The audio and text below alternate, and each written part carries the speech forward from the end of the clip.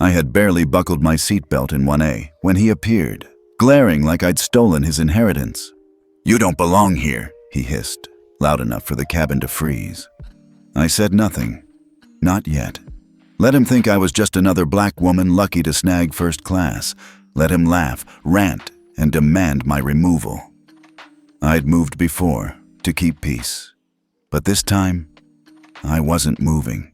Not an inch. He wanted war? I was the wrong woman. Because in exactly 12 minutes, the entire plane would know. I wasn't just a passenger. I was the one flying this jet. The hush in the first-class cabin was nearly sacred. Plush seats, soft jazz playing from unseen speakers, the air tinged with citrus and prestige. Naomi Carter eased into seat 1A, her posture precise, movements efficient. She wore a crisp white blouse, dark slacks, and no makeup. Her skin glowed naturally, her tightly coiled hair pulled into a neat low bun. No one would have guessed she was a commercial pilot, much less the youngest female African-American captain in Global Air's history. Except, of course, for the man who arrived 2 minutes later and decided her presence was unacceptable. "I believe there's been a mistake," said a deep, annoyed voice from the aisle. Naomi glanced up, meeting the sharp, pale eyes of a man in an expensively tailored navy suit. His hair was snow-white, perfectly parted. A gold pin gleamed on his lapel. Platinum Executive Member, Global Air. His name tag, affixed to a leather case he carried, read Douglas M. Whitmore. "This is seat 1A, Naomi said calmly. "Boarding pass?" she added, holding up hers without moving. Whitmore didn't look at the pass. Instead, his eyes swept over her, from her unadorned blouse to her modest shoes, down to the canvas carry-on tucked neatly beneath her seat. "No offense," he said, and then added something no less offensive. "But you don't look like someone who belongs here." A quiet shift spread across the cabin like ripples across glass. Passengers in nearby seats tilted their heads slightly, catching wind of a confrontation. Naomi felt their gazes, soft murmurs turning into heavy silence. One woman across the aisle pressed pause on her in-flight movie. Naomi held still. Her spine straightened, her breathing slowed. Whitmore turned to the flight attendant approaching them, smiling with manufactured courtesy. "I'd like to report a mistake. This passenger appears to have boarded incorrectly. I've been flying Global Air for 30 years and have never seen standards fall this far. It's unbecoming of the brand." The attendant, a young man with closely cropped blonde hair, looked nervously between them. "Sir, I can check your boarding pass if there's an issue." Naomi handed hers over first. The attendant scanned it quickly and nodded. "Seat 1A, confirmed." Whitmore didn't flinch. He thrust out his own pass, his lips tight. The attendant examined it longer. "Sir, this says seat 4C." Whitmore's voice sharpened. "There's been a mix-up. I always sit in 1A. Check the system again." "I already did, sir," the attendant replied, still professional but firmer. "Seat 1A was booked weeks ago." "I am a platinum executive," Whitmore snapped. "Do you understand what that means? I bring more value to this airline than half this plane combined. I shouldn't be subjected to visual inconsistency in first class." The insult landed hard. Naomi felt it in her chest, her limbs, her memory. Not because it was new, because it was old.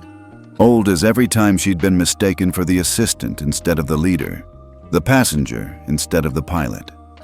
Old as the steady erosion of dignity women like her had to patch together piece by piece, flight by flight. Still, she said nothing.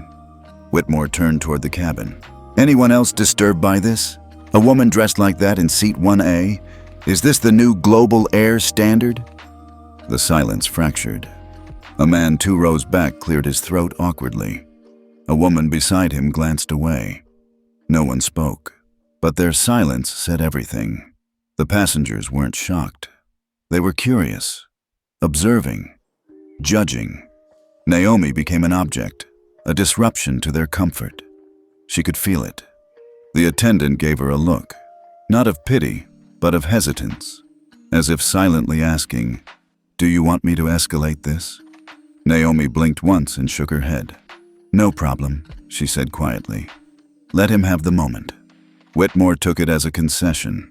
"Good," he barked. "I'll take my rightful seat, and she can be reassigned, maybe business class, if that."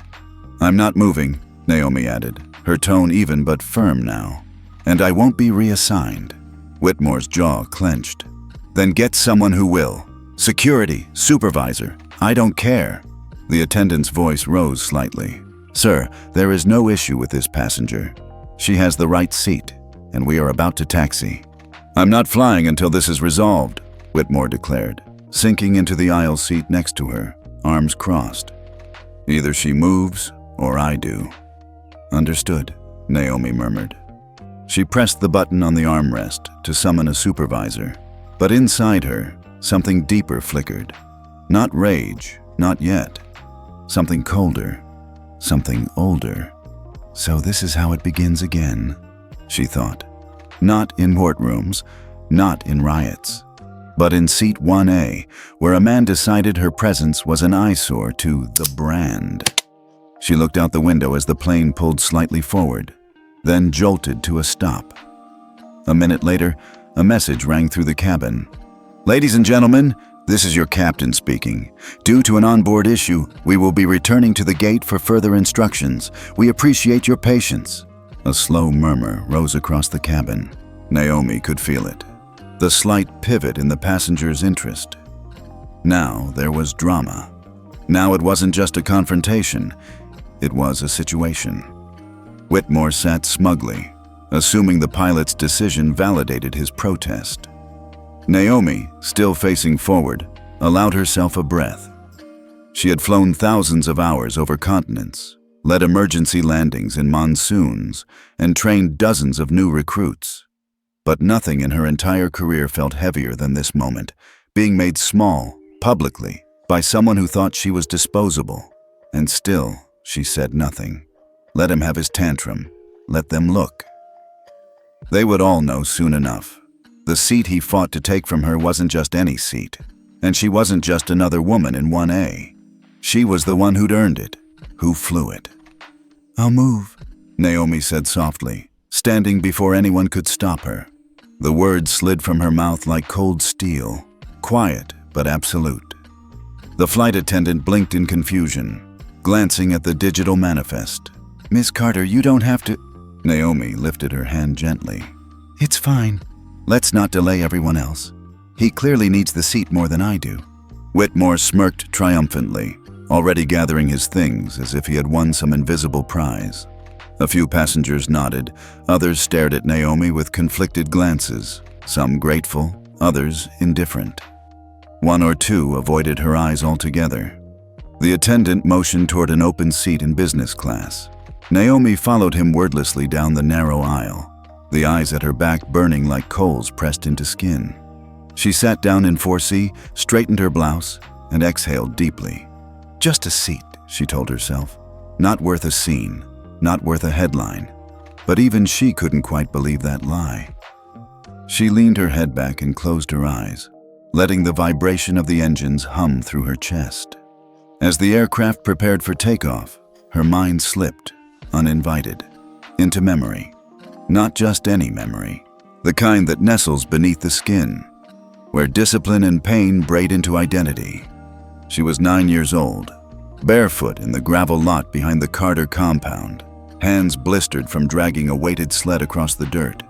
Her father, Samuel Carter, stood in military fatigues beneath the blazing Georgia sun, arms crossed, eyes like gunmetal. Again. She had collapsed, knees bruised, throat dry. "Dad, please." His voice was quiet. "Do you want pity or strength, Naomi?" The other trainees, all boys at least 6 years older than her, had snickered behind her. "Let the little princess go play tea party," one of them whispered. She hadn't cried. Not that day. Not ever again, really. By the time she was 15, Naomi could strip and reassemble a Glock 19 blindfolded.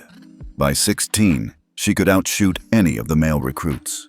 By 18, she'd earned her private pilot's license, without ever telling her father she was learning. Not because he wouldn't support her, but because she needed to know. Could she do it without carrying his shadow? Samuel Carter wasn't just her father. He had been a legend, former national security advisor under 2 presidents, forced into retirement after a scandal that he insisted wasn't his doing. Betrayed, framed, silenced. Naomi had watched him crumble privately while maintaining public steel. She'd learned from him how to survive silence, how to keep your voice steady when your name was the headline, how to hold eye contact when a room full of people wanted you gone. Back in seat 4C, she opened her eyes. A thin crack of sunlight streamed through the window, reflecting off her hands. She clenched them gently. Douglas Whitmore hadn't humiliated her. Not really. He'd simply reminded her what the world expected. That dignity came with whiteness, with age, with male entitlement. She'd met men like him in every level of her career, some subtle, others obvious. The ones who asked if she was part of the flight crew, while she stood in uniform with 4 bars on her shoulder. The ones who told her she was a diversity hire. The ones who laughed when she parked her own private Cessna beside their jets at the Atlanta Executive Terminal. But she hadn't answered them then. She didn't answer now, because Naomi Carter never fought battles in the moment. She fought them with endurance, with data, with time, and with names. She opened the notebook from her bag, flipped to a half-written memo she'd been crafting for weeks. An internal audit of pilot diversity rates across all major commercial airlines. She had been compiling data quietly, sourcing whistleblower accounts anonymously.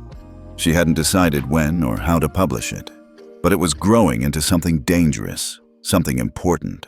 And after today, maybe it's time. The cabin lights dimmed. The captain announced the cruising altitude and weather conditions in a soft voice. Naomi listened absently, recognizing the cadence of a former Navy pilot. Good tone, tight phrasing, professional. Her hands itched for a control yoke. 1 more week, she reminded herself. Then simulator recertification. Then rotation back to cockpit duty. It was rare for a senior captain to take a full month off, but Naomi had needed the space, not for rest, for clarity. She glanced down the aisle toward first class. Whitmore sat in her seat, now his, sipping bourbon, gesturing animatedly to the flight attendant as if nothing had happened. Naomi felt no hatred. What she felt was clarity. This wasn't about 1A. It wasn't even about her. It was about every young girl with a pilot's dream who never got to board the plane. About every candidate passed over because she didn't fit the look. About the little girl inside her who once dragged a sled under the Georgia sun, while older boys mocked her for daring to believe she belonged. She looked out the window again, sky fading to pale amber as the plane crossed the Rockies. Tomorrow, she would be invisible again. But not today. Today, she would write. Today, she would remember. And soon enough, they would remember her name. Douglas Whitmore stretched his legs out confidently in seat 1A, adjusting the leather pillow behind his head like he had just conquered a minor kingdom. His smirk was subtle, but his posture screamed triumph. The cabin had returned to its hushed order, jazz playing faintly overhead, but the tension lingered like turbulence in still air. Naomi Carter sat in 4C, her new seat, wedged between 2 broad-shouldered men who seemed unaware, or perhaps uncaring, that she needed space. One man was already asleep, chin tucked to his chest, arms spilling over the armrests. The other flipped through a Wall Street journal, the edges of his suit jacket brushing against her sleeve with every page turn. She folded her hands in her lap, nails pressed into her palm. A young woman seated diagonally behind Douglas subtly angled her phone. The screen glowed briefly before she tucked it into her tray table. Naomi caught the motion in the reflection of the window beside her, an angled glimpse of a camera lens aimed forward. Someone recorded it, she thought. The incident, the exchange, maybe more. It didn't bring comfort, just exposure. And exposure didn't guarantee justice. She stared forward as the plane completed its taxi and lifted into the air. The roar of takeoff vibrated through her chest, but the sound inside her mind was louder. The silence of complicity. No one had said anything. Not the man in 1B who had smiled politely at Douglas and then turned away. Not the woman across from Naomi who had watched the entire thing with wide eyes and said nothing. Not even the flight attendants, despite the visible discomfort on the younger one's face. Of course they hadn't. Whitmore wasn't just a frequent flyer. He was known. His account history probably lit up green in their system.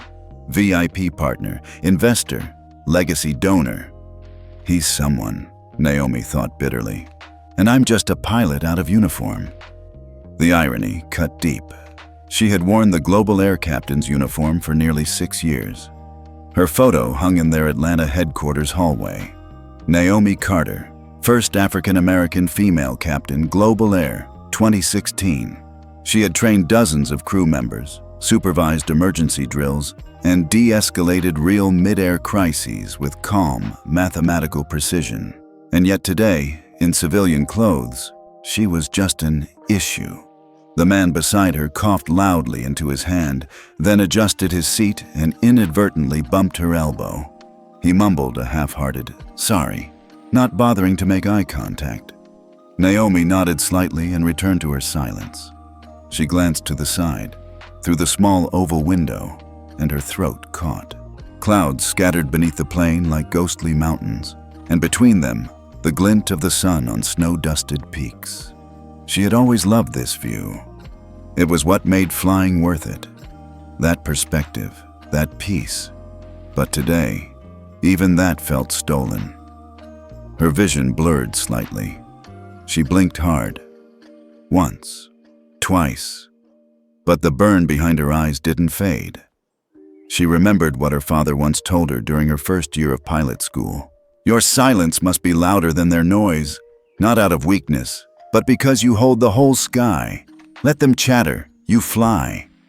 But he hadn't sat between two strangers while his dignity was carved into pieces. He hadn't had to carry generations of expectation on his shoulders, then be told, without words, that he was still too much or not enough, or both. The flight attendant passed again, handing out warm towels with a smile that didn't reach her eyes. She avoided Naomi's row completely, skipping over them as if the section didn't exist. Naomi sat straighter. She didn't need the towel. She didn't need comfort. But the exclusion stung more than she expected. This is what they do, she thought. Isolate you just enough that you question your right to speak.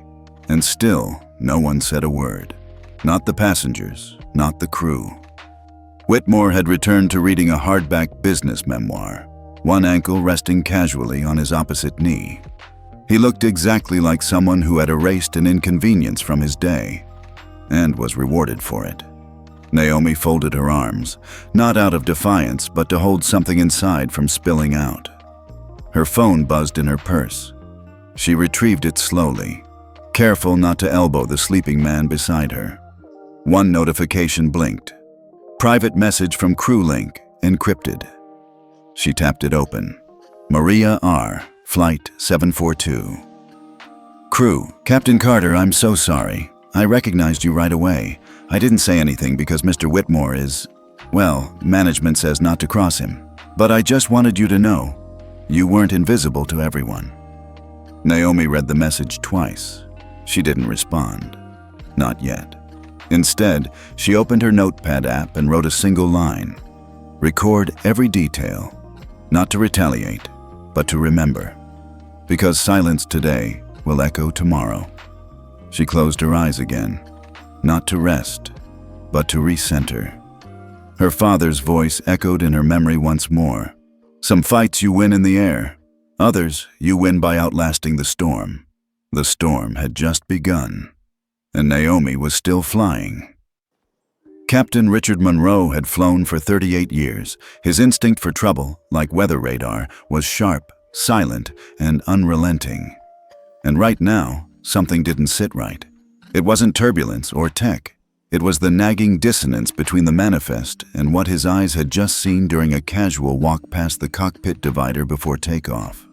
The first officer assigned to this flight, Flight 742, Los Angeles to Washington, D.C., was listed as Carter N., a name Monroe recognized instantly. He'd approved her temporary assignment just yesterday, after First Officer Jean Lynn called in sick with a sudden high-grade fever. "No problem," Monroe had told scheduling. "Put Carter in. She's solid." But Carter wasn't in the jump seat when they took off. She wasn't anywhere near the cockpit. He buzzed the intercom. "Senior purser to the flight deck, please." Moments later, Glenn, a seasoned flight attendant with 18 years under his belt, stepped inside. He closed the door behind him carefully. "Yes, Captain?" "Where's Carter?" Monroe asked. Glenn blinked. "Carter?" "First Officer Carter. Naomi Carter. She's assigned to this flight. Not jump seating, not deadheading. She's supposed to be flying it." Glenn hesitated. "Oh, Captain, she's actually back in business class. Seat 4C, I think." Monroe turned slowly. "Why is my co-pilot sitting in 4C?" Glenn's mouth twitched, but he didn't answer. "Speak, Glenn." She boarded early and took seat 1A, but there was a disagreement. "Disagreement with who?" "Passenger in 1A, Mr. Douglas Whitmore, Platinum Executive. He claimed the seat was his. There was confusion. She offered to move to avoid escalation." Monroe's jaw tightened. "She offered?" he repeated. "You're telling me a pilot assigned to this flight was removed from first-class seating on her own flight because a passenger didn't like the look of her?" Glenn looked down. "Yes, sir." Monroe didn't raise his voice. He didn't have to. "Get her up here," he said. Naomi's eyes fluttered open as she heard her name.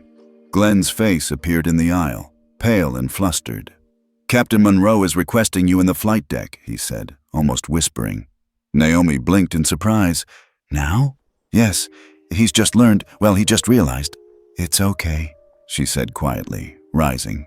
The two men beside her shifted uncomfortably to let her through. One murmured something that sounded vaguely apologetic. She didn't respond. As she followed Glenn to the front, whispers sparked like static behind her. Passengers who had watched her demotion from 1A now saw her walk toward the cockpit. Some blinked in confusion. A few leaned into the aisles, trying to get a better look. In 1A, Douglas Whitmore's legs were still stretched arrogantly. He glanced up as Naomi passed and gave a single, smug nod, mistaking her summons as further discipline. Naomi said nothing. She stepped through the door and into the cockpit. Captain Monroe turned from his seat, gray eyebrows raised. "Took me longer than I'd like to connect the dots," he said. "Welcome aboard, First Officer Carter. Hope your arm's not broken. We've got 700 miles of night sky to run." She felt something small and solid return to her chest. Familiarity, authority. "Yes, Captain," she said smoothly, sliding into her seat. Monroe handed her the checklist. "We've been at cruising altitude for 15 minutes. Cabin's quiet. Weather's clean till DC. You good to take controls for an hour?" Naomi smiled faintly. "Gladly." She adjusted her headset and began scanning the instruments. Within seconds, her world narrowed to switches, gauges, altitude charts, radio frequencies. This was home. This was hers. Monroe let out a satisfied breath. "I heard about what happened. Glenn told me."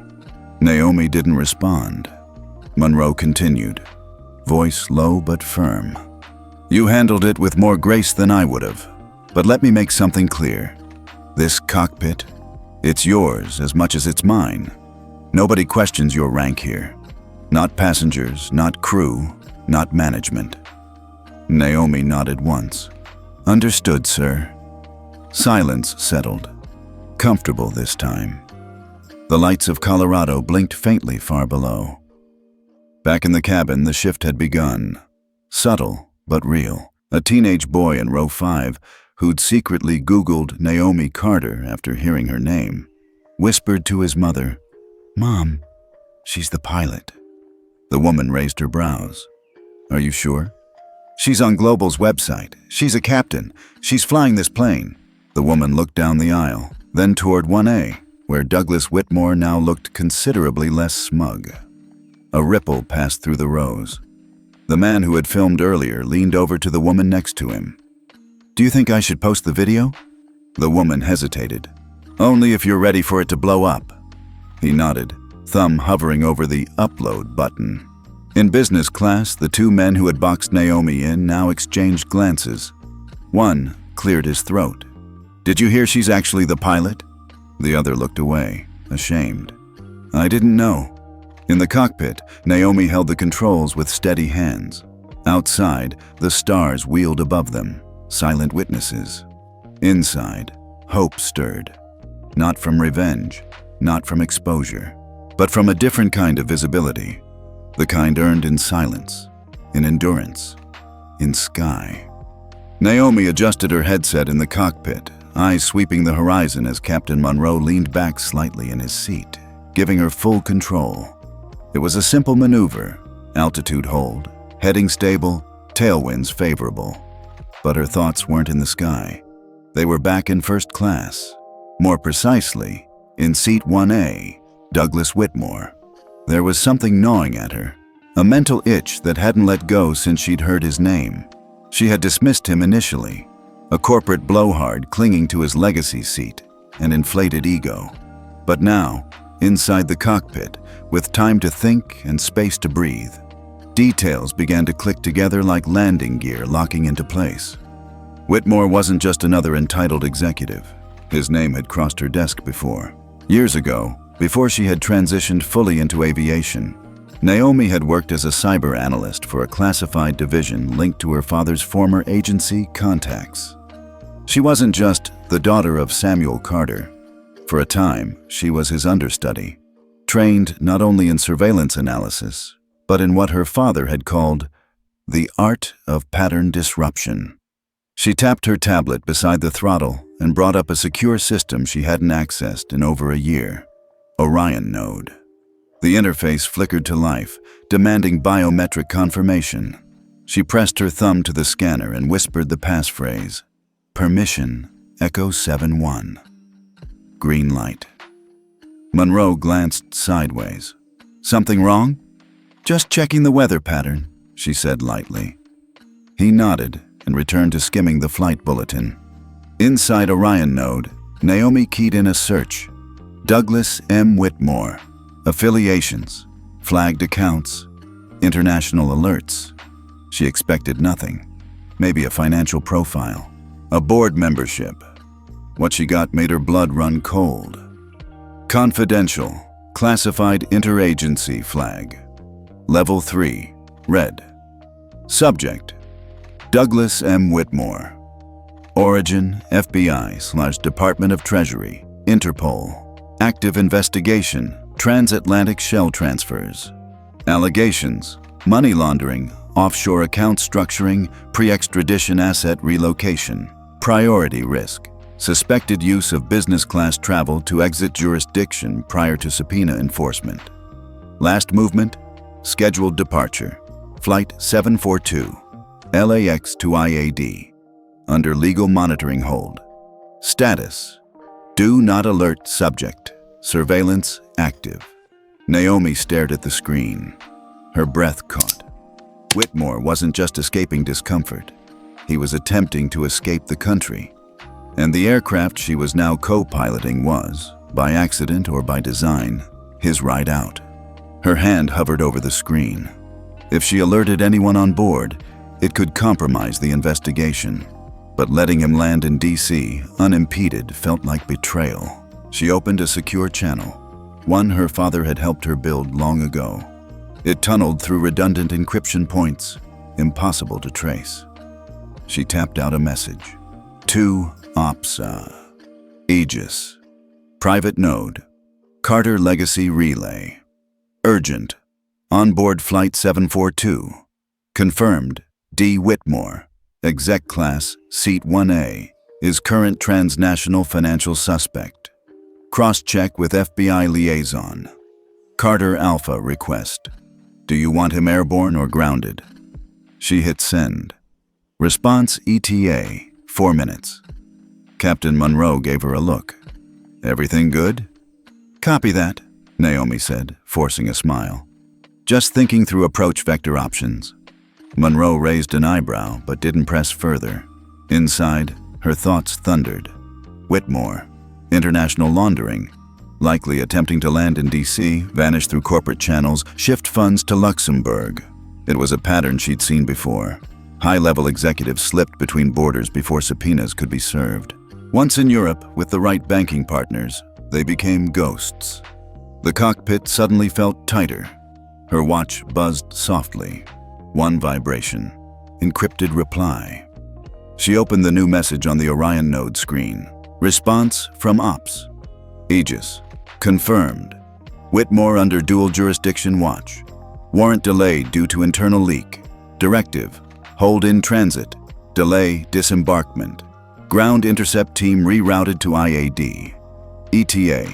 Sync with gate arrival. She exhaled slowly. No confrontation needed. Just time. And discretion. Naomi turned back to the flight systems. Checked their position. Recalculated descent timeline. She glanced at the passenger manifest again. Whitmore's name now burning like a red light across her vision. He thought he had slipped away. That his insult had pushed her aside. Instead, he had placed himself in her sky. On her aircraft. In her reach. And the moment they landed, he'd be met by men in suits who didn't ask for boarding passes. Back in the cabin, Whitmore sipped another glass of bourbon, chuckling at a text from someone named Stanley, Zurich. He looked like a man at peace. In the cockpit, Naomi kept her hands steady on the controls, guiding the plane through altitude shift, wind resistance, and fate. Estimated time to descent? Monroe asked casually. Naomi's voice was calm, confident. 27 minutes, she said. Copy that, he replied. But Naomi wasn't watching the clock. She was watching justice take flight. Naomi Coleman didn't walk back to seat 1A alone. She returned flanked by the captain. Not because she demanded it, not because protocol required it, but because something had shifted in the cabin, and everyone felt it. The lights hadn't changed. The announcement hadn't blared. But the system knew, and the captain understood. After decades in the air, he'd never seen a passenger's bracelet hijack navigation overrides. That wasn't aviation tech. That was federal tier-grade clearance. So he walked with her, not as a superior, but as someone who now answered to her. Naomi said nothing as they moved. Her face was unreadable, calm, controlled. But her steps were precise, her posture exact. Every eye in the first-class cabin tracked her return, some with awe, some with discomfort, some, like Erica Wallace, with palpable dread. But Naomi didn't look at Erica. She didn't look at anyone. She simply took her seat, refastened the belt, and nodded once to the captain. He nodded back, then disappeared behind the locked cockpit door. Seconds later, the cabin speakers hissed, then played the standard chime, but altered slightly in pitch. The crew recognized it immediately. Protocol redirection, an unspoken alert that the chain of command had shifted. The other attendants responded. Silently, orders came not through loud commands, but subtle cues. A glance, a gesture, a head nod from the crew's lead, now following Naomi's indirect signals. Even Evelyn Moore, who remained seated 2 rows behind, caught it. Naomi hadn't revealed who she was. Not in name, not in title, but she didn't need to. Douglas Whitmore was watching. At first, his attention had been casual, curious glances between sips of his bourbon. But now, his fingers gripped the armrest too tightly. His foot bounced. He looked at Naomi once, then again. His instincts were kicking in, and they were whispering, danger. He leaned toward the passenger beside him, a portly man who barely glanced up from his tablet, and muttered, "You see what's going on with seat 1A?" The man grunted. Douglas tried again. "Isn't that against protocol? Some VIP hijacking the flight?" No reply. Because the man wasn't just any traveler. His name tag read S.D. Quinn.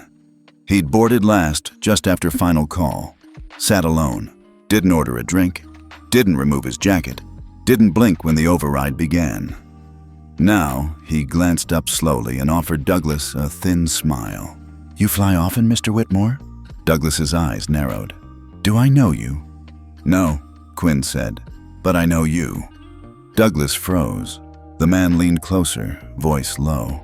"Funny thing about offshore trusts. They're not so offshore when the hosting firm cuts a side deal with the IRS." Douglas's face drained of color. "I'm not here for you," Quinn continued, still smiling. "But if you move suddenly or speak to the wrong person, I might be." He looked toward Naomi. Douglas followed his gaze and realized something chilling. Naomi hadn't said a word to him, but the entire cabin was now moving to her rhythm. A tray shifted here. A curtain closed there. Passengers were no longer just passengers. At least 4 of them had that look, federal, but dressed as ordinary. He cursed internally. This wasn't a glitch in control. This was a trap, and he was sitting in the middle of it. Across the aisle, Marisol quietly handed Naomi a sealed envelope. It had no markings, no stamp, but inside was a manifest. Something pulled from the backup comms after the override. Naomi scanned it quickly. Her eyes stopped at seat 3F. Douglas M. Whitmore. Occupation, philanthropic consultant, forwarding reason. Last-minute ticket request, approved via override, internal airline authorization. Naomi's eyes narrowed. She scribbled a short note on the back of the manifest and passed it back to Marisol. 3 minutes later, the beverage cart stopped by 3F. "Another bourbon, sir?" Douglas looked up, hesitated. "Sure," Marisol smiled. "Complimentary. Just wanted to thank you for your patience." She poured, passed the drink, and walked away. Douglas held the glass, then froze. At the bottom, in the ice, something floated. A sliver of waterproof polymer, no larger than a dime. A message. He tilted the glass slightly and read, "You were flagged before you boarded. They let you in to watch what you do next. Consider staying quiet." He looked up. Naomi was staring straight ahead. Not at him, but he knew. She knew. He downed the bourbon in one gulp and slumped back. In the rear galley, Marisol turned to Evelyn. "He's rattled." Evelyn nodded. "He should be." Marisol hesitated. "Why let him board at all?" Evelyn replied, "Because sometimes watching the spider walk into the web tells us more than catching it in a jar." Back in 1A, Naomi adjusted her bracelet. Its glow returned to soft white. Her fingers drummed against the armrest once, twice, then stilled. Phase 1, containment, complete. Now came Phase 2, exposure. No one was ready when she stood. Not the passengers, already dazed from the past hour of invisible chess moves. Not the crew, still orbiting around silent commands. Not even Douglas Whitmore, who had been shrinking into seat 3F like a man watching his own noose lower inch by inch. Naomi Coleman unbuckled her belt with a quiet click. She rose to her feet, straightened her vest, adjusted her bracelet, and turned. The screen above seat 1A blinked. Then again. Cabin-wide, every monitor synced and switched from idle mode to a live feed. The angle? Slightly elevated, center-aligned. It was Naomi standing before them. Live. She didn't speak for 5 seconds. It was intentional. A pause designed to reclaim silence. Not from fear, but from noise. And then, "My name is Naomi Coleman." Gasps rippled through the rows. The flight crew, the captain, and the Federal Protection Service already know this. But I'm stating it now for the sake of clarity, transparency, and for the legal record being compiled aboard this flight. She clasped her hands behind her back. Calm, centered. "I am the Acting Deputy Director of Ethical Intelligence Protocol under the Federal Oversight Council. You may also know me as the founder of NovaMind Systems, former advisor to the Joint Senate Committee on Autonomous Security. My presence on this flight was unlisted for reasons of national discretion." Every head turned. Someone whispered, "That's why she was the one they tried to smear last year." The whispers surged.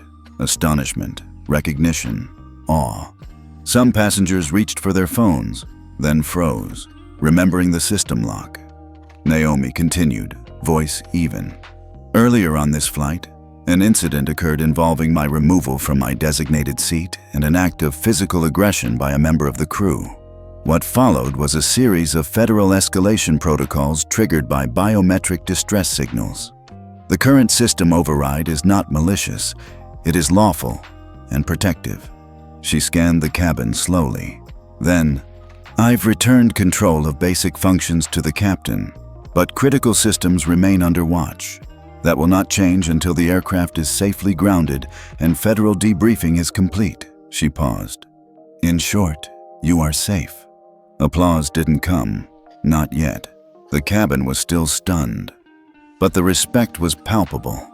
Even Erica Wallace, now pale and trembling in the galley, looked as though she might crumble. That's when the twist came. A hand raised in row 5. It was the man who had been live streaming earlier. Clean-shaven, late 30s, wearing a Patagonia jacket and an opportunist smile. "Ms. Coleman," he said loudly, "I think I speak for everyone when I say, thank you. That was powerful, inspiring." Naomi nodded slightly. He smiled wider. "And because I happen to have recorded most of this, the slap, the override, your speech, I'd like to share it with the world. People need to see what happened here, right?" Murmurs of tentative agreement floated through the air. The man added quickly, "I already posted a teaser clip, got 500,000 views in 20 minutes. Naomi tilted her head. "And your name, sir?" He stood, as if for a curtain call. "Tyler Grant, independent journalist, Grant Media Collective. We're all about truth and exposure." Naomi nodded slowly. "And compensation?" Tyler blinked. "I'm sorry?" She looked him dead in the eye. "How much did you ask Delta Airlines to pay you to not publish that video?" The entire cabin froze. Tyler's smile faltered. I'm not sure what you mean." Evelyn Moore rose in row 4, holding a tablet. She tapped it once. The screen displayed an email timestamped 30 minutes earlier, routed from Tyler, grant@gmcnews.org to Delta Legal Operations. Subject: Content Hold Opportunity. Flight 119 Incident. I have clear HD footage of the slap, system failure, and Ms. Coleman's identity. I believe this could reflect poorly on Delta. We're open to a private agreement. 6-figure range, NDA optional. Gasps erupted. Naomi folded her arms. "Truth and exposure?" Tyler turned red. "That email was exploratory. I wasn't..." She held up a hand. "Enough." She turned to Claire. "Please forward this packet to the FBI office awaiting our landing. Flag it as attempted extortion involving federal protocol disruption." Claire nodded, already typing. Naomi looked back at Tyler. "You won't be walking off this flight." The applause started slowly, then grew. Not wild cheering, but that firm, grounded, righteous clap of people who had seen injustice diffused, power wielded responsibly, and a scammer exposed. Douglas Whitmore's jaw clenched. He looked down at the drink in his hand and realized something terrifying. He was now the second most endangered man on this plane. Naomi sat back down without fanfare. She didn't bow. She didn't grandstand. But as she settled into 1A again, for the first time since the flight began, everyone knew who really ran this cabin.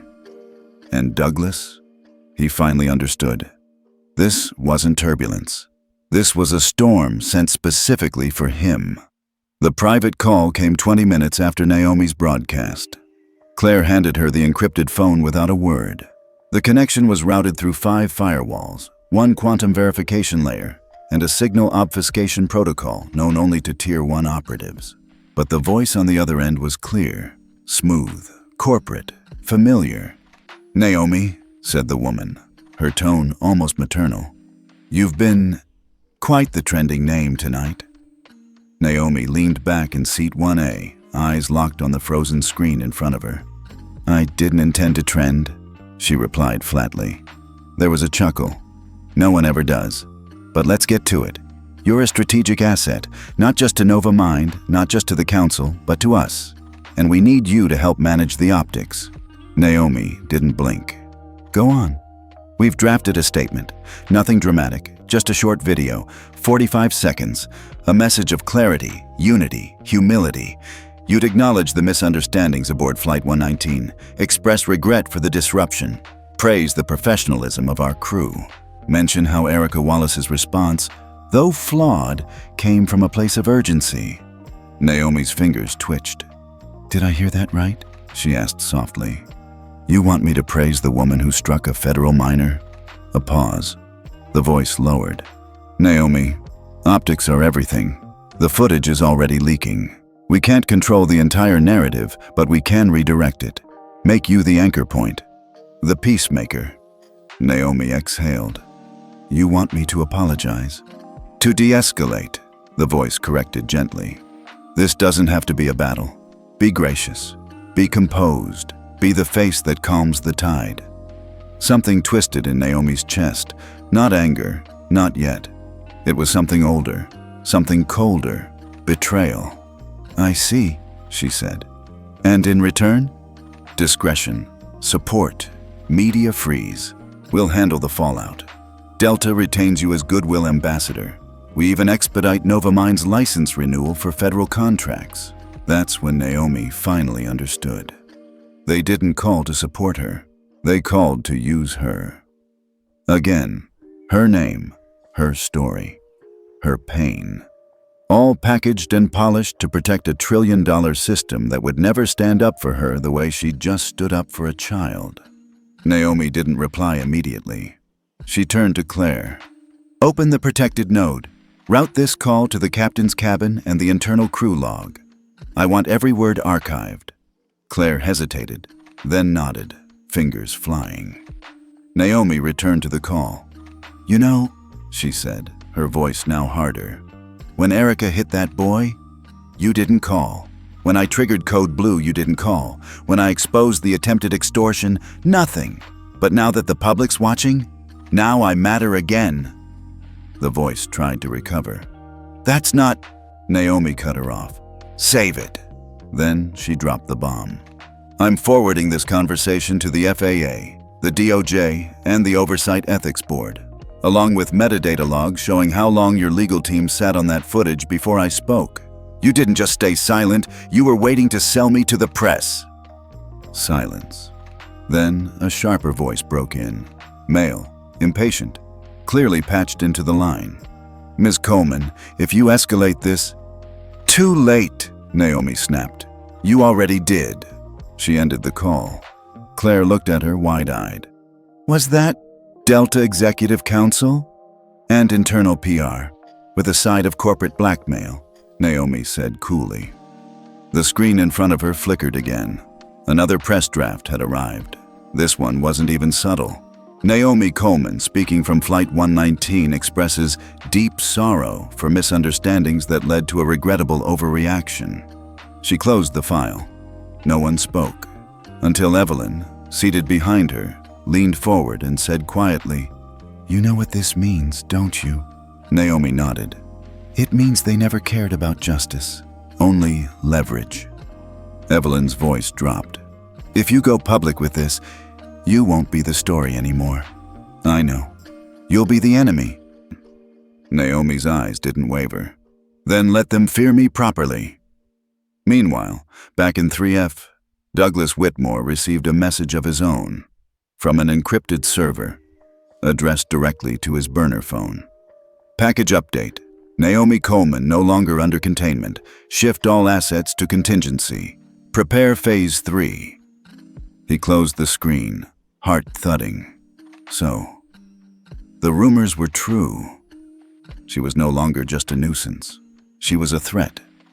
He looked forward, past the passengers, toward the woman in 1A who had, in less than 2 hours, unraveled layers of power most men never saw.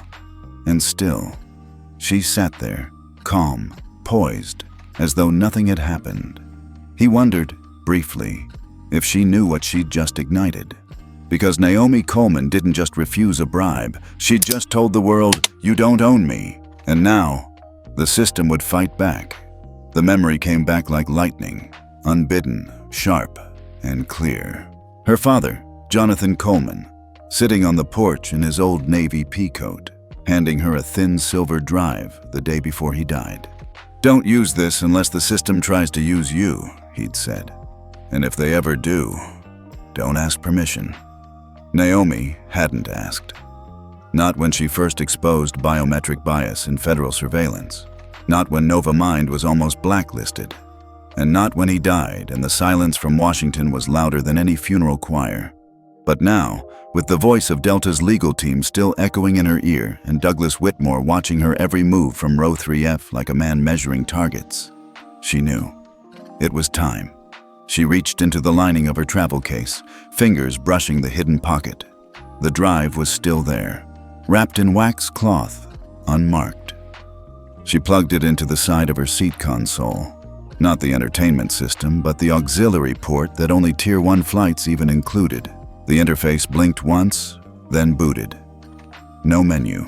Just a question. Activate Shadow Protocol? Confirmation code required. Naomi hesitated, then typed J. Seoul 1973 Flux. The screen flickered. Lines of code rushed across the screen. And then, a map.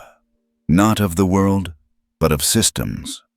Lines crisscrossed through invisible channels, nodes within aviation networks, legacy telecommunications links, deep-tier satellite mirrors, encrypted pathways seeded decades earlier. It was a skeleton system, one her father had built over the course of 30 years in defense comms, homeland integration, and aviation security. Naomi's breath caught. She'd always thought he exaggerated, that his talk of off-grid fallback nets and failover alliances was nostalgia mixed with paranoia. She was wrong. It was all real, and it was live. The nodes pulsed, waiting. She selected one marked Virgil tag. Jacob Wren, independent investigative journalist, level Omega Trust. The screen opened a secure line. The response came in 7 seconds. A man's voice, raspy, aged, but alert. "Tell me you're not calling me from a plane, Naomi." She smiled for the first time in hours. "Hey, Jake." "Jesus Christ," he muttered. "The last time I heard that tone, your father was testifying in front of 5 senators who hated him." "Guess some things don't change," he paused. "You running his protocol." Naomi's voice lowered. "I had to." A beat of silence. Then he said, "How bad?" "They tried to bribe me to cover up an assault. Federal alert went public. One of the passengers is dirty, probably black ops or worse. The airline's folding, PR spinning, and now they want me to smile for the camera while they wipe my blood off their floors." Jake whistled low. "You always did underplay things." She chuckled. "I learned from the best." Another pause. "You need air cover?" he asked. "No," Naomi replied. "I need light." Jake understood. He'd once uncovered a smuggling ring inside an aid organization. Another time, he brought down a pharmaceutical giant hiding cancer trial deaths. His stories weren't clickbait. They were crackbait, the kind that split open walls and let the rot show. Now, Naomi needed him to do it again. "Sending you the whole archive," she said. "Flight logs, audio, override sequences, boardroom audio, even legal comms. Blow it up." Jake's voice dropped. "And the boy? He's safe. For now. But the fact that someone allowed Whitmore on this flight means this isn't just a PR cover-up. It's a trial balloon. They were testing what they could get away with." Jake muttered a curse. "I'm activating the old relay," he added. "Rex in London, Kayla in Oakland. I'll route the narrative around the usual media filters. You'll have global traction in under 6 hours. 3, Naomi said. Jake laughed. "Damn, you've grown sharper than your father." She smiled. Then his voice changed, softer, rougher. "He'd be proud of you, Naomi." That nearly broke her, but she didn't let it. She ended the call with a final word. "Let the world see." Claire was watching her from across the aisle. "You really did it?" she whispered. "You just lit the fuse." Naomi nodded. "The only way to kill a shadow system," she said, "is to cast a brighter one." The drive ejected itself, The port reset. Nothing visible remained, but the ripple had already begun. In row 3F, Douglas Whitmore felt his phone buzz again. He unlocked it. A private comm from an anonymous source. She opened the protocol. "Renz is in. Your window is closing." He looked up. Naomi was watching him now. Not smiling, but not afraid. She didn't have to be, because this time, she had the light. And for the first time, Douglas realized he was standing on a battlefield built by her father, defended by her hand and now burning under her signal. The leak hit the internet at 6:04 a.m. EST, not through Tyler Grant, not via some blurry handheld viral clip. This was clean, stabilized, with synchronized cabin audio, annotated captions, and source authentication embedded in metadata. And it didn't just show the slap, it showed everything. From Erica Wallace's initial sneer when Noah boarded, to Douglas Whitmore's fake concern, to the exact moment Naomi's bracelet activated the override protocol, frame by frame, cut with legal timestamps and chain of command notations. It was surgical and devastating. The video had clearly been pulled from internal cabin surveillance, meaning whoever released it had access to encrypted flight systems, systems supposedly only monitored post-landing. The title? Flight 119, When the System Looked Away. It spread like wildfire. Within 30 minutes, it was trending on X, Reddit, and 3 separate closed channels used by investigative journalists. The hashtags followed immediately. Noah was there, #Tier 1 Truth, #Coleman Override, #Flying While Black. But it was the content that silenced the internet, because this wasn't just about a slap. It was about a coordinated failure. From the moment Noah was dismissed as a child in the wrong seat, to the crew's willful ignorance of his bracelet's Tier 1 designation, to the company's secret attempt to coerce Naomi into apologizing on behalf of her own abuse. The footage showed it all. And at minute 7:42, the twist detonated. Douglas Whitmore, clearly visible in the left aisle, was caught leaning toward Erica and muttering, "Let him squirm a little longer. Nothing teaches faster than a public lesson." Zoom, enhance, clarify. His voice, his face, his words. Weaponized humiliation. Suddenly, the narrative wasn't in-flight misunderstanding. It wasn't security confusion. It wasn't an isolated error. It was systemic. At the FBI's National Cyber Division in Quantico, the alert hit Director Lee Morrison's desk in under an hour. She scrolled through the footage in silence, eyes narrowing at the audio transcript. Then she looked at the list of flagged names cross-referenced with open intelligence dossiers. Douglas Whitmore's popped up immediately. 3 sealed investigations. Offshore accounts under alternate spellings. Connections to shell lobbying firms, including one tied to airline unions. And now, caught on tape as an instigator in a federal protection breach. She made one call. "Activate Oversight Channel 9. I want Whitmore picked up for questioning before wheels down. If anyone tries to intercept that order, elevate it straight to DOJ." The agent on the line replied, "He's on Flight 119, Director." Morrison smirked. "Then we'll be waiting at the gate."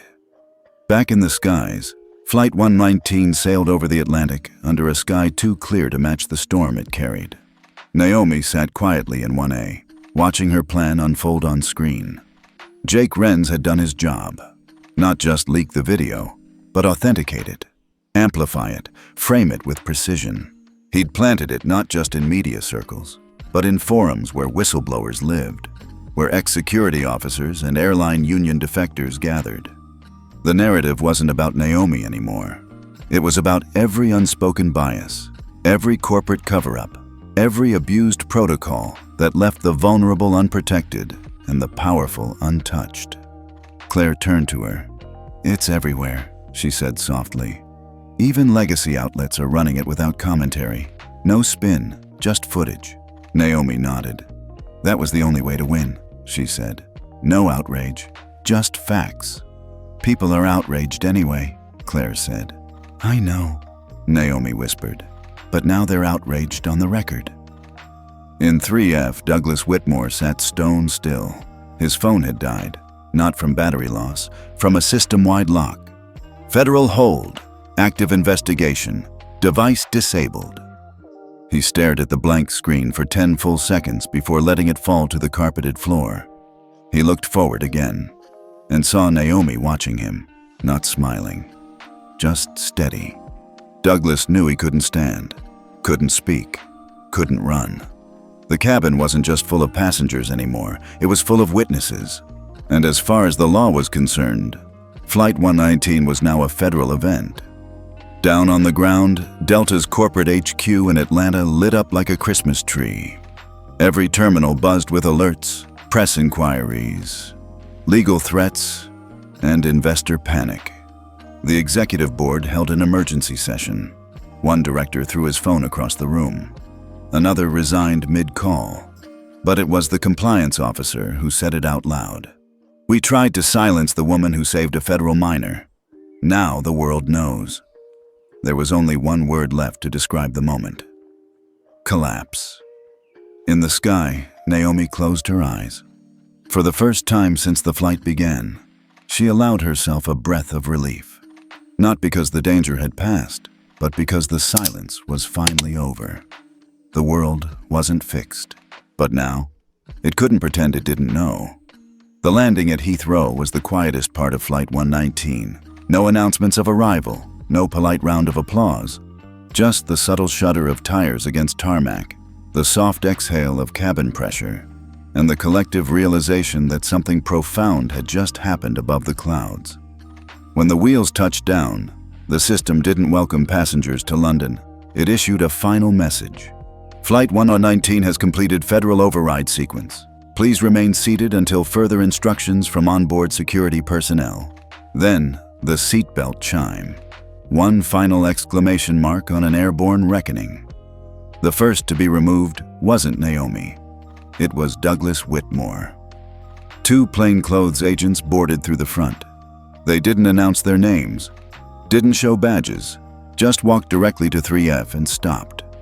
"Mr. Whitmore," the taller one said, "we need you to come with us." Douglas stood slowly. His face was pale, expression unreadable, but his hands shook when he reached for the overhead compartment. The second agent gently pushed it closed. "No carry-on, sir." Passengers watched silently as he was led out of the aircraft. No applause, just the slow turning of heads, like watching the final scene of a crime drama play out in real time. Next came the so-called journalist. Tyler Grant was escorted off 2 minutes later, this time not by agents, but by Delta's legal representatives, already serving him with a civil injunction for attempted extortion and defamation under the False Crisis Monetization Act. He tried to object, to explain, to reframe, but the crew's video footage, his own email, and Naomi's decision to leak everything made him a non-story before his statement even began. Back at Delta HQ, things unraveled fast. The CEO resigned within 48 hours, publicly citing health concerns, privately forced out by a board now bleeding billions in stock value and facing class action lawsuits from passenger rights groups, child protection alliances, and civil rights watchdogs. The FAA announced a comprehensive audit of all Delta security and crew protocols within the week. Other airlines scrambled to update training manuals, even before the mandates came down. But the surprise came when Naomi refused all honors. No award, no medal, no press conference. When offered a ceremonial seat on the FAA advisory board, she declined. "I'm not interested in being a symbol," she said. "I'm interested in rewriting the system." And that's exactly what she did. 1 week later, she walked into the Eisenhower Federal Auditorium in D.C., not in designer heels, but in her standard black flats and tailored blazer, holding a thin tablet and flanked by Claire and Evelyn. The room was full. Senators, agency heads, airline CEOs, education leaders, journalists, activists. Naomi stepped up to the podium. The silence was electric. Then she spoke. "There's something worse than a system that fails." Pause. It's a system that learns how to fail quietly. Her voice was steady, firm, unwavering. What happened on Flight 119 wasn't an accident. It was a pattern, the kind that's been practiced so long it became invisible, until a child wore a bracelet bright enough to expose it. She tapped her tablet. Behind her, a screen lit up with the title, The Coleman Code, a federal ethics framework for aviation personnel. Naomi continued, "This is not just a report. It is a proposed federal directive, crafted in collaboration with oversight boards, security ethicists, civil rights experts, and most importantly, crew members who've been silenced, ignored, or pushed out for trying to speak up." The document contained a required federal-level ethics certification for all cabin crew, whistleblower protection for staff who report racial bias or abuse, a real-time AI-assisted passenger monitoring tool that flags potential profiling behavior, not passengers, but crew conduct, an anonymous escalation channel that bypasses airline management and routes directly to the FAA's Ethical Review Board, a standing Tier 1 response team of trained liaisons to manage flights involving minors with federal status, and most importantly, the creation of a crew ethics fund, federally sponsored, to subsidize training for airlines that agree to adopt the framework without delay. Accountability, Naomi said, shouldn't depend on the size of your PR team. It should depend on the size of your conscience. The room broke into applause. Sustained, earnest. No one stood because it was expected. They stood because they understood. Naomi wasn't reforming policy. She was changing a culture. Evelyn Moore approached Naomi after the session. "I told your father once that you were too idealistic," she said. Naomi smiled. "He probably agreed." "He didn't," Evelyn said softly. "He told me that idealism was only dangerous when you gave it a microphone, and you just gave it a federal mandate." Naomi looked out across the Capitol. "Then let's make sure it echoes." By the end of the month, 6 airlines had signed on. By the end of the year, 15 nations expressed interest in adopting similar frameworks for international flights. The FAA formally named the initiative the Coleman Directive. And Naomi? She went back to work, not as a figurehead, but as an architect. Because to her, victory wasn't a headline. It was a system that couldn't forget.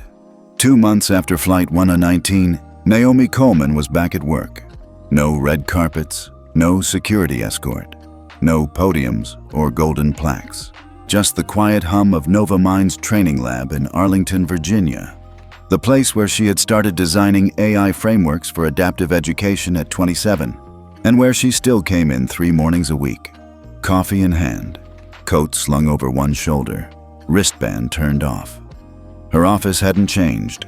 Still minimalist, still neat, still framed with photos of student pilots and engineers she'd helped sponsor over the years. Not because it made good press, but because no one else would. She moved through the building like a current, soft, steady, focused. Her team noticed the difference, of course. Not in her walk, but in the way others walked around her, with more reverence now, with a quieter kind of attention. Some couldn't quite meet her eyes without blinking. After all, she'd just rewritten policy at 36,000 feet. And yet, if you asked Naomi, she'd say she was just glad Noah got home safe. The invitation to appear on national television came from The Forum, one of the few long-form interview programs still respected across political lines. Their message was simple. "We'd like to talk about Flight 119, about what you endured and what you've built." Naomi hesitated. She didn't want to relive it. Not again. Not with edits and dramatic music and B-roll footage of the slap replayed on loop. But then she thought of the little girls watching. The ones like she used to be. Smart, quiet, overlooked. Girls who learned to sit smaller. Girls who watched their mothers get spoken over. Girls who got called too intense when they asked real questions.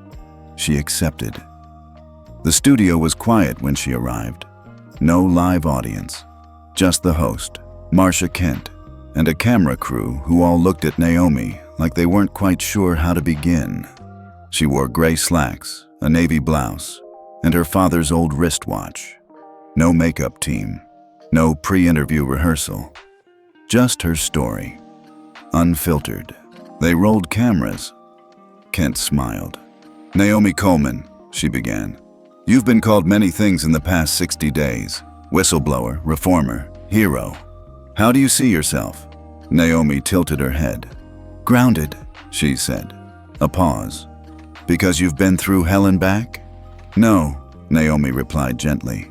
"Because I know what happens when the ground beneath you suddenly gives way. You don't scream. You don't flail. You fly, because it's the only way to survive." Kent blinked. Naomi continued. "I didn't win anything on Flight 1019. I didn't defeat a villain or outsmart a system. What I did was make a promise. To a child who had been hurt, and to the millions who have been hurt the same way, quietly, daily, invisibly. I promised that next time we'd be ready." Kent leaned in. "And are you?" Naomi smiled. "We're getting there." Then came the real reason for her appearance. Naomi turned toward the camera. "Most people know I came from a modest background. What they don't know is that my mother worked nights cleaning airplanes. She'd come home smelling like jet fuel. And every night she'd tell me, 'One day, baby, you'll ride up front.'" She took a breath. "This fall, Novamind, through a public-private partnership with the FAA and educational equity funds, is launching the Ascend Initiative, a nationwide pilot scholarship program for girls of color between the ages of 10 and 17. We're not just teaching them to fly. We're showing them they were always meant to." The studio went still. Naomi looked directly into the lens.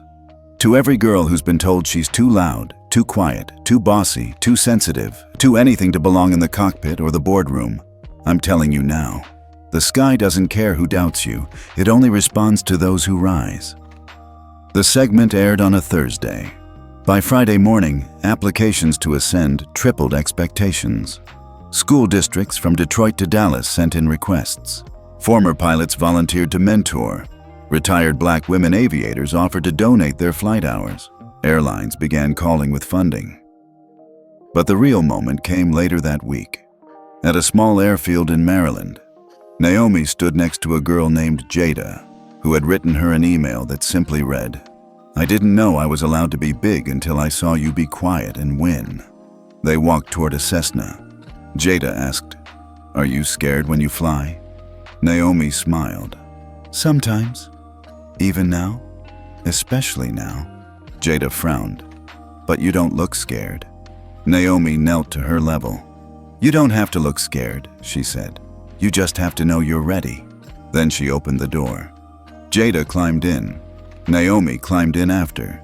And as the engine started and the small plane lifted into a golden late-afternoon sky, the world below blurred into watercolor.